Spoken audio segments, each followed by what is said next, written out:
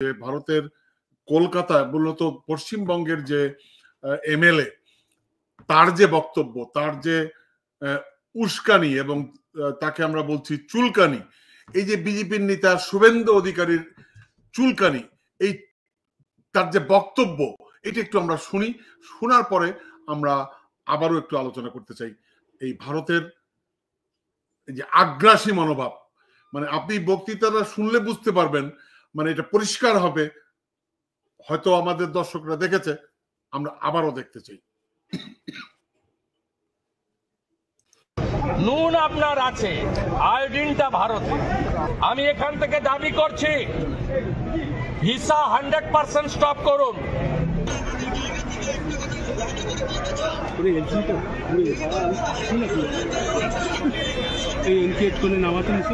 এই নাবালক যারা মন্ত্রীর পদমর্যাদায়, তাদের এই ধরনের ভারত বিরোধী কথা বলা বন্ধ করুন।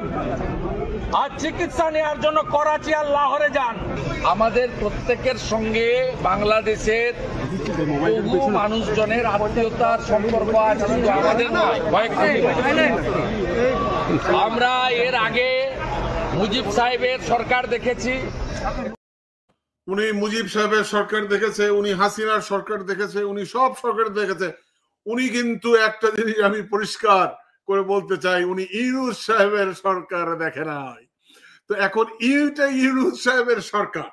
আমি একটা জিনিস বলতে চাই, সে যেভাবে বলছে শুনুন, একজন দাদাগিরি, মানে এটা পরিষ্কার দাদাগিরি। হ্যাঁ, মানে আঙ্গুল উঁচিয়ে সে বলছে নাবালক। আরে শুভেন্দু গালি দিতে, মানে লাইভে গালিও দিতে চাচ্ছি বলেন। হ্যাঁ, বোকা ড্যাশ দা। হ্যাঁ, তো এখন এই মানে যাক গালি দিচ্ছি না। হ্যাঁ, এখন এই বেকুব উজবক ও জানে না যে এই যে নাবালক যাদেরকে বললো, এই নাবালকরা কোমরে দড়ি লাগিয়ে এই মানে ফ্যাসিস্ট শেখ হাসিনাকে টেনে নামাইছে রাস্তায়।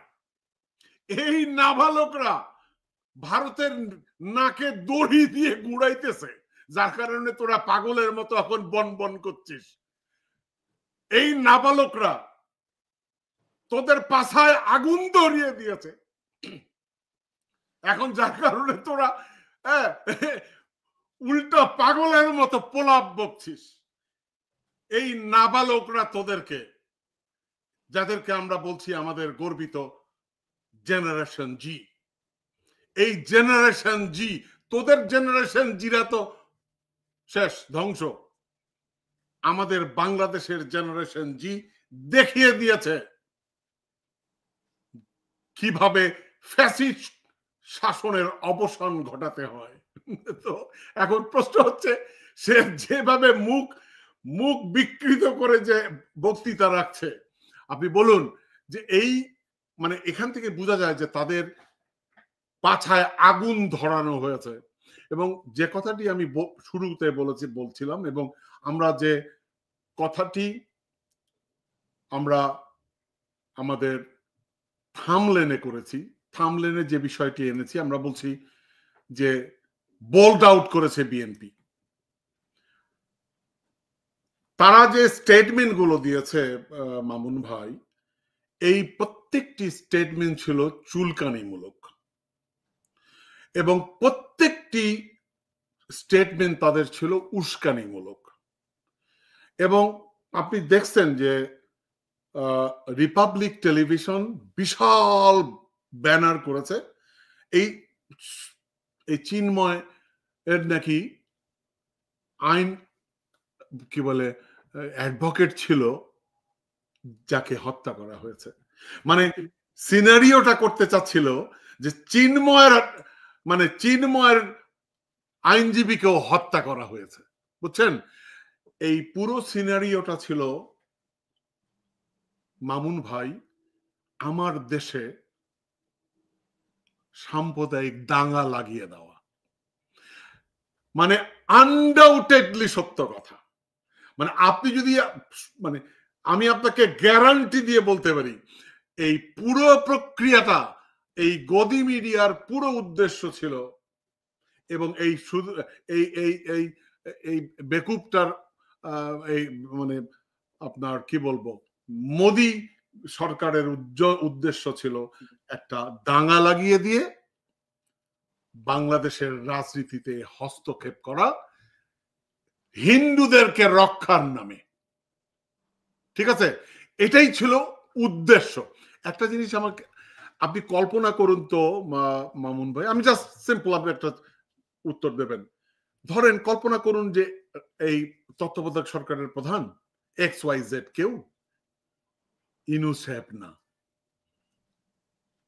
এতদিন কি তারা থাকতে পারতো? আপনি বলেন আমাকে। না টিটু ভাই, এটা বাস্তব। ডক্টর ইউনূস আছে দেখেই বাংলাদেশের সরকার এত শক্তিশালী আছে। অন্য কেউ হলে এটা ম্যানেজ করতে পারতো না। কারণ আপনি জানেন যে বিশ্বব্যাপী ডক্টর ইউনূসের যে গ্রহণযোগ্যতা, তো তারা জানে যে ইউনূস সাহেব সাম্প্রদায়িক না, ইউনূস সাহেব অন্যায়কারী না, ইউনূস সাহেব আপনার সারা বিশ্বের বন্ধু, তাই না? তো আরেকটা জিনিস, শুভেন্দু অধিকারী যে নাবালক বললো টিটু ভাই, আমাদের দেশে একটা নাবালক ছেলে বিশ্বজিৎ যখন আওয়ামী লীগ তাকে কুপিয়ে হত্যা করলো, যেভাবে এই উকিল সাহেবকে গতকালকে হত্যা করা হয়েছে, সেই বিশ্বজিৎকে হত্যার পরে কেন শুভেন্দু অধিকারী চুপ ছিল? কেন আপনার বিজেপি সরকার চুপ ছিল? কেন কংগ্রেস চুপ ছিল বিশ্বজিৎকে আওয়ামী লীগ সরকারের সময় হত্যা করার পরে? কেন এই যে আপনার ভারত সরকার আমাদের ছাত্র, এই যে নাবালক ছাত্রদের আন্দোলনের সময় একজন হিন্দু ছাত্র কিন্তু শহীদ হয়েছে, তো সেই সময় কেন চুপ ছিল? কেন তখন তারা হাসিনাকে নিন্দা জানায়নি? এবং তখন চুপ ছিল তার কারণ তখন তাদের বান্দি ক্ষমতায় ছিল। শেখ হাসিনা তো তাদের বান্দি, ভারতের বান্দি ক্ষমতায় ছিল। তা আপনি এটা তো মানে সহজ অঙ্ক, তো তাদের বান্দি তো আর ভুল করতে পারে না। আমরা শেখ হাসিনা না বলে আমরা তাকে বিচ্ছিন্নতাবাদী একজন ব্যক্তি এখন অভিহিত করতে পারি, কারণ সে সুনির্দিষ্ট হত্যার অভিযোগে অভিযুক্ত এবং তাকে ভারত শেল্টার দিয়ে রাখছে, যেটা তো কোনোভাবে একটি বন্ধু ভাবাপন্ন রাষ্ট্রের পক্ষে সম্ভব না। ভারত যদি সত্যিকারের বন্ধু রাষ্ট্র হতো, তারা কোনোদিন শেখ হাসিনার মতন একজন খুনিকে আশ্রয় দিত না, তাই না? Exactly exactly. তুমি একদিকে বলবা বন্ধুত্ব করতে চাও, তুমি একদিকে আমার আমার আমার কি পেঁয়াজ বন্ধ করে দিচ্ছ, তুমি আমার মানে হুমকি দিচ্ছ ভিসা বন্ধ করে দেবো, তুমি হুমকি দিচ্ছ ব্যবসা বাণিজ্য বন্ধ করে দেবো। তুমি আরে বেড়া, আমরা যদি বলি তোর চিকেন নেক বন্ধ করে দেব, ওই ভয়টাতেই তো আছে ওরা। আমরা তিস্তাবারের যদি এখন চায়নাকে দিয়ে দেই, আমরা যদি এখন বলি চায়নাকে দিয়ে দিব, দিয়ে দেই কি দিয়ে দিব, আমরা উল্লেখ করবো কি বলে এই গভর্নমেন্টকে, ইউনূস গভর্নমেন্টকে, এবং এটা দ্রুত চুক্তি আমাদের সেদিকে যেতে হবে কিন্তু ভাই। অবশ্যই চায়নাকে দিতে হবে, ফেনী নদীর উপরে ব্রিজ ভেঙে ফেলতে হবে, অবশ্যই। এখন আপনি বলেন, আমি যে কথাটা বলতে চাচ্ছিলাম যে তাদের একটা মহাপরিকল্পনাতে এই ইউনূস সাহেবের সরকার পানি ঢেলে দিয়েছে। তাদের এই মহাপরিকল্পনা, এই যে হিন্দু মুসলমান দাঙ্গা, এখানে পানি দিয়ে দিয়েছে ছাত্র জনতা। তাদের যে পরিকল্পনা ভণ্ডুল করে দিয়েছে, এটা তো সত্য, তাই না? হ্যাঁ, এখন দেখুন আমি আপনাকে একটা তথ্য দেখাই, আপনি এটা নিশ্চয়ই দেখেছেন। এই তথ্যটি আজকে প্রকাশিত হয়েছে। Minority groups in Bangladesh feel safe under interim government. Voice of America একটি সার্ভে করেছে এবং এই সার্ভেতে তারা এটি প্রকাশ করেছে। এখন আপনি বলেন, এই তথ্যটি, এই সংবাদটি ডেইলি স্টার সহ অন্তত 200 পত্রিকাতে আমরা দেখলাম। এখন আপনি আমাকে বলেন, এই খবরটি নরেন্দ্র মোদী, এই যে হিংস্র নরেন্দ্র মোদী, মানে কি বলে পাগল নরেন্দ্র মোদী এবং কি বলবো স্বৈরাচারী নরেন্দ্র মোদী এবং তাদের যে লেসপেন্সার, তাদের যে গদি মিডিয়া, এখানে কোষে থাপ্পড় পড়ছে কিনা আমি এটা আপনার কাছে জানতে চাই। না অবশ্যই এখানে তো আপনার এটা আমি থাপ্পড় পড়ছে কিনা জানি না, বানরের লেজে আগুন দিয়ে দিলে যে অবস্থা হয় ভারতের সেই অবস্থা করে দিছে। Exactly, right word, right word. True, কারণ ট্রু। নাবালক বলে পাগল হয়ে যাচ্ছে টিটু ভাই। এই ৫২ সালে কিন্তু নাবালকরাই করেছে। ৭১-এ নাবালকরাই দেশ স্বাধীন করছে। ৯০-তে নাবালকরাই করছে। আবার এই ২৪-এ এসে নাবালকরাই করছে। তো ভারতের নাবালকে অনেক ভয়। হ্যাঁ, ভারতের নাবালকদের অনেক ভয়। আপনার বাংলাদেশের দেখেন নাবালকরা দেখায় দিছে, এইটাই অ ওদের ভয়। হ্যাঁ, অথচ ১৯৮৪ সনের ৩১শে অক্টোবর যেদিন ইন্দিরা গান্ধী নিহত হলো, সেদিন মাত্র ৪০ বছর বয়সে একজন নাবালক রাজীব গান্ধী ভারতের মতো এত বড় দেশের প্রধানমন্ত্রী হইতে পারছে, তাতে সমস্যা হয় নাই কিন্তু। আমার দেশে নাবালকরা মন্ত্রী উপদেষ্টা হইলেই সমস্যা।